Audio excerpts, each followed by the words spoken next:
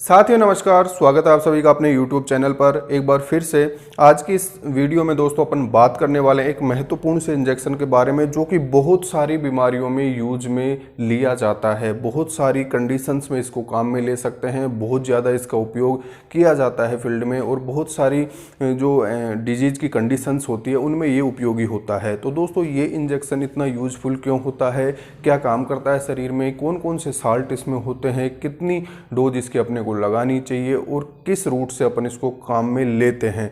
तो आज का जो टॉपिक रहेगा दोस्तों उसमें इंजेक्शन ब्यूटाफॉस्फोन प्लस साइनोकोबाल्मिन के बारे में अपन चर्चा करेंगे, जिसमें इस इंजेक्शन के इतने सारे उपयोग क्यों होते हैं, कौन कौन सी बीमारियों में इसको अपन लगा सकते हैं और किस तरीके से ये काम करता है, ये सारी बातें डिस्कस करने वाले हैं। तो दोस्तों आज का टॉपिक रहेगा अपना इंजेक्शन ब्यूटाफॉस्फोन प्लस साइनोकोबाल्मिन, जो कि मार्केट में जनरली जो अवेलेबल ब्रांड्स होते हैं कैटोसाल है, ठीक है, इंजेक्शन कैटोसाल। उसके अलावा इंजेक्शन मेटावेज के नाम से भी अवेलेबल होता है, ठीक है। इनमें इंजेक्शन जो कैटासोल होता है दोस्तों ये बहुत ही ज़्यादा प्रचलित होता है, बहुत ज़्यादा उपयोग में आने वाला ये इंजेक्शन होता है। तो आज की इस क्लास में इसके बारे में अपन पूरा डिस्कस करने वाले हैं। तो जो लोग नए हैं, जिन्होंने अभी तक चैनल को सब्सक्राइब नहीं किया है, चैनल को सब्सक्राइब कीजिए और इस वीडियो को अपने साथियों के साथ शेयर करना ना भूलें।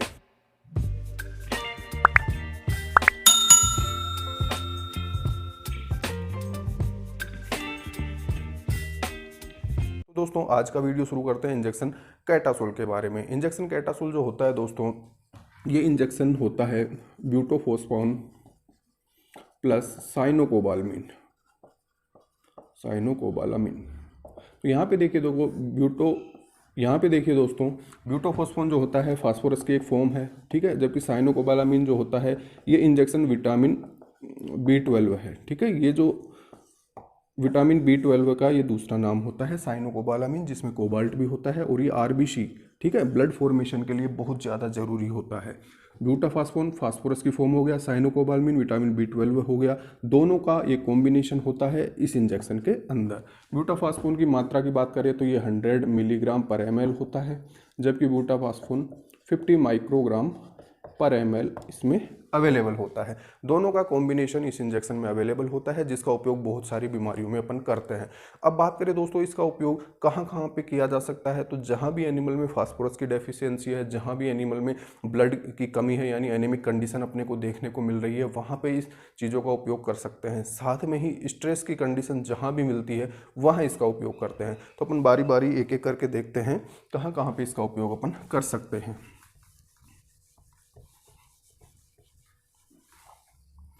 तो देखिए दोस्तों ये इंजेक्शन जो होता है मल्टीपर्पज़ इंजेक्शन है, बहुत सारी बीमारियों में इसका उपयोग करते हैं अपन। सबसे पहले बात करें दोस्तों तो स्ट्रेस की कोई भी कंडीशन हो, ठीक है, स्ट्रेस मैनेजमेंट में इसका उपयोग किया जाता है। अब स्ट्रेस में एनिमल क्यों आएगा, तनाव में एनिमल कैसे आ जाता है, तो मेन जो रीजन होते हैं इसके, सबसे पहला पॉइंट होता है इसमें मौसम के बदलाव से। मौसम का बदलाव, जब मौसम इंटरचेंज होता है, एक मौसम दूसरे मौसम में बदलता है, तो बीच का जो टाइम होता है, जो ड्यूरेशन होता है, उस टाइम एनिमल स्ट्रेस में रहता है। दूध देने वाला अगर पशु है तो उसका मिल्क प्रोडक्शन बहुत डाउन हो जाता है, एनिमल एकदम उदास सा रहता है, बेचैन सा रहता है, वो स्ट्रेस की वजह से होता है। इस कंडीशन में अपन किसका उपयोग कर सकते हैं, इंजेक्शन कैटासोल का। उसके अलावा दोस्तों स्ट्रेस का मेन रीजन रहता है ट्रांसपोर्टेशन, यानी एक एनिमल को एक जगह से दूसरी जगह तक अपन ट्रांसपोर्ट करके लेके जा रहे हैं, उस वजह से भी एनिमल स्ट्रेस में आता है। तो वहाँ भी अपन इंजेक्शन ब्यूटाफॉस्फोन और साइनोकोबाल्मिन का जो इंजेक्शन है उसका उपयोग कर सकते हैं, उसको स्ट्रेस से निकलने में सहायता मिलती है। उसके अलावा दोस्तों बात करें तो क्या हो सकता है, यहाँ पे हीट स्ट्रेस हो सकता है, ठीक।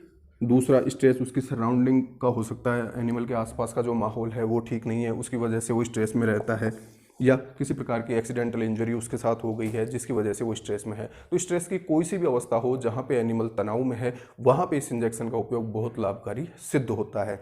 दूसरा बात करें दोस्तों इसका उपयोग अपन कर सकते हैं मेटाबॉलिक डिसऑर्डर्स में।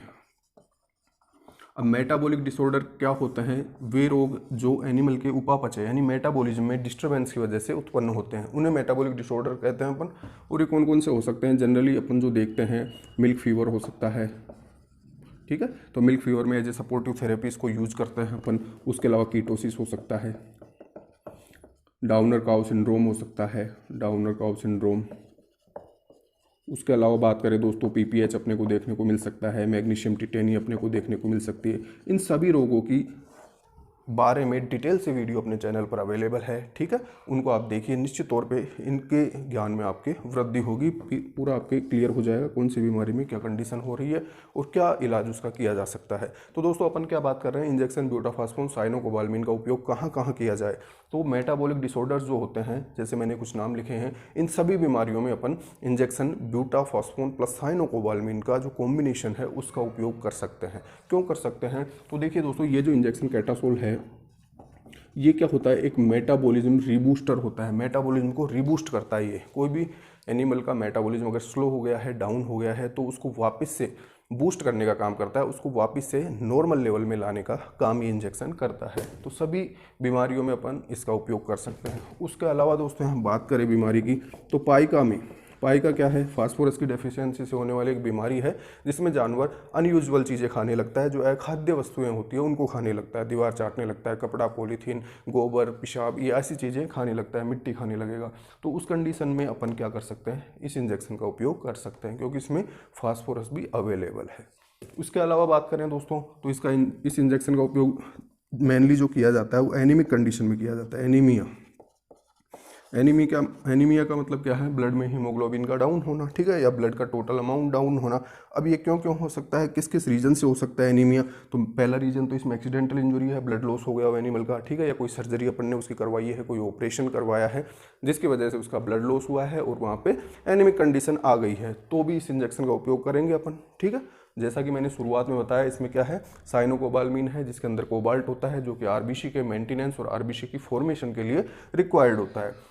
एनीमिक कंडीशन की बात करें दोस्तों, तो जैसे कोई ब्लड प्रोटोजोअल डिजीज उसको हुआ है, जैसे बेबेसियोसिस हो गया, थैलेरियोसिस हो गया, ऐसी कंडीशंस है जिसमें ब्लड लॉस होता है, ब्लड की कमी होती है एनिमल की बॉडी में, तो वहाँ पर भी अपन इसको सपोर्टिव थेरेपी के रूप में काम में ले सकते हैं। तीसरा पॉइंट देखा अपन ने। चौथे पॉइंट की बात करें दोस्तों, तो एनिमल अगर कमज़ोर हो गया है किसी भी रीजन से, उसकी डिएबिलिटीज़ हो गई है, शरीर उसकी सेहत कम है, चारा पानी कम खाता है, ठीक है, दूध उत्पादन उसका कम हो गया है, शरीर उसका क्या हो गया है, कमज़ोर हो गया है, तो कमजोरी की किसी भी अवस्था में इस इंजेक्शन का उपयोग अपन कर सकते हैं। उसके अलावा बात करें दोस्तों, तो एनिमल की इम्यूनिटी को बूस्ट करने के लिए, इम्यूनिटी को बढ़ाने के लिए इस इंजेक्शन का उपयोग करते हैं अपन। दूसरा, जो छोटे काफ होते हैं उनकी ग्रोथ को बढ़ाने के लिए इसका उपयोग कर सकते हैं, ग्रोथ प्रमोटर की तरह कर सकते हैं। नेक्स्ट पॉइंट देखिए दोस्तों इसमें, तो इसका उपयोग अपन उन एनिमल्स के लिए भी कर सकते हैं जो फिजिकल एक्टिविटी ज़्यादा करते हैं, जैसे बैल हो गया, हॉर्स हो गया, ठीक है, जो रेसिंग हॉर्सेज होते हैं, जो फिजिकल एक्टिव ज़्यादा रहते हैं, उनकी एक्टिविटी को बढ़ाने के लिए भी इस इंजेक्शन का उपयोग अपन कर सकते हैं। अगला पॉइंट देखें दोस्तों, सबसे इंपॉर्टेंट जो यूज होता है इसका, वो कर सकते हैं अपन इनफर्टिलिटी के केसेज में। इनफर्टिलिटी अपने पशुपालन की सबसे बड़ी प्रॉब्लम है, सबसे ज़्यादा केसेज अपने को इनफर्टिलिटी के देखने को मिलते हैं। इनफर्टिलिटी में अपन कौन कौन से केसेज लेते हैं, जैसे एनिस्ट्रस हो सकता है, रिपीट ब्रीडिंग हो सकता है, इस प्रकार की जो भी कंडीशंस हैं वो इनफर्टिलिटी में काउंट होगी। तो इनफर्टिलिटी को ट्रीट करने के लिए इस इंजेक्शन का उपयोग अपने को करना चाहिए, जिसकी वजह से एनिमल का जो बॉडी का लेवल है, मेटाबॉलिज्म है, वो प्रॉपर रहता है, उसका हार्मोनल बैलेंस सही रहता है और एनिमल इनफर्टिलिटी से बाहर आता है। इनफर्टिलिटी के भी काफ़ी वीडियोज़ अपने चैनल पर अवेलेबल हैं, तो अपने चैनल को सर्च कीजिए, वहाँ पे बहुत सारे उपयोगी वीडियोज़ आपको मिलेंगे, जिनको देखिए और अपने साथियों के साथ शेयर करना मत भूलिए। तो दोस्तों आज की वीडियो में अपन बात कर रहे हैं ब्यूटाफॉस्फोन और साइनोकोबाल्मिन कहाँ कहाँ पे उपयोग कर सकते हैं, ये अपन ने देखा। अब देखते हैं दोस्तों इसकी डोज के बारे में। तो जैसा कि मैंने बताया, इसकी प्रिपरेशन में 100 मिलीग्राम पर ml तो ब्यूटाफॉस्फोन है और 50 माइक्रोग्राम साइनोकोबाल्मिन यानी विटामिन B12 होता है। अब उपयोग की बात की, डोज की बात करें, तो बड़े जो एनिमल है उनमें 10 से 25 ml तक अपन ये काम में ले सकते हैं, ठीक है। जो काफ है छोटे, मतलब लगभग 1.5-2 साल के, वहाँ 10 ml तक यूज मिलेंगे, और बड़े जो एनिमल हैं, एडल्ट है प्रॉपर 300 से 400 किलो तक, वहाँ अपन इसके लिए 25 ml डोज काम में ले सकते हैं। छोटे जो रूमिनेंट्स हैं जैसे गोट है, सीप है, वहाँ 5 ml इसकी डोज अपन लगा सकते हैं, ठीक है। अब बात करते हैं दोस्तों इसके रूट की। तो ये जो इंजेक्शन है इसको इंट्रामस्कुलर, सबक्यूटेनियस और इंट्रावीनस तीनों तरीके से अपन काम में ले सकते हैं। नेक्स्ट पॉइंट देखें दोस्तों, प्रेगनेंसी की सभी अवस्थाओं में इस इंजेक्शन का उपयोग किया जा सकता है। प्रेगनेंसी की सभी स्टेजेज में ये इंजेक्शन सेफ होता है, इसका उपयोग करना किसी प्रकार का कोई हानिकारक प्रभाव उत्पन्न नहीं करता। तो दोस्तों ये बहुत ही ज़्यादा उपयोगी सा इंजेक्शन है, बहुत सारी कंडीशंस में इसका उपयोग अपन कर सकते हैं और बहुत ही प्रचलित ये इंजेक्शन होता है। कैटासोल बहुत ही ज़्यादा उपयोगी सा इंजेक्शन होता है और बहुत सारी बीमारियों में इसको उपयोग में अपन ले सकते हैं। तो आज की क्लास में दोस्तों अपन ने कैटासोल से संबंधित जानकारी ली है। इसके अलावा और कौन सी दवा और कौन सी बीमारी पर आप जानकारी चाहते हैं ये कमेंट सेक्शन में ज़रूर बताइए। आपकी दुविधा, आपकी समस्या का निस्तारण निश्चित तौर पर यहाँ पे किया जाएगा। धन्यवाद।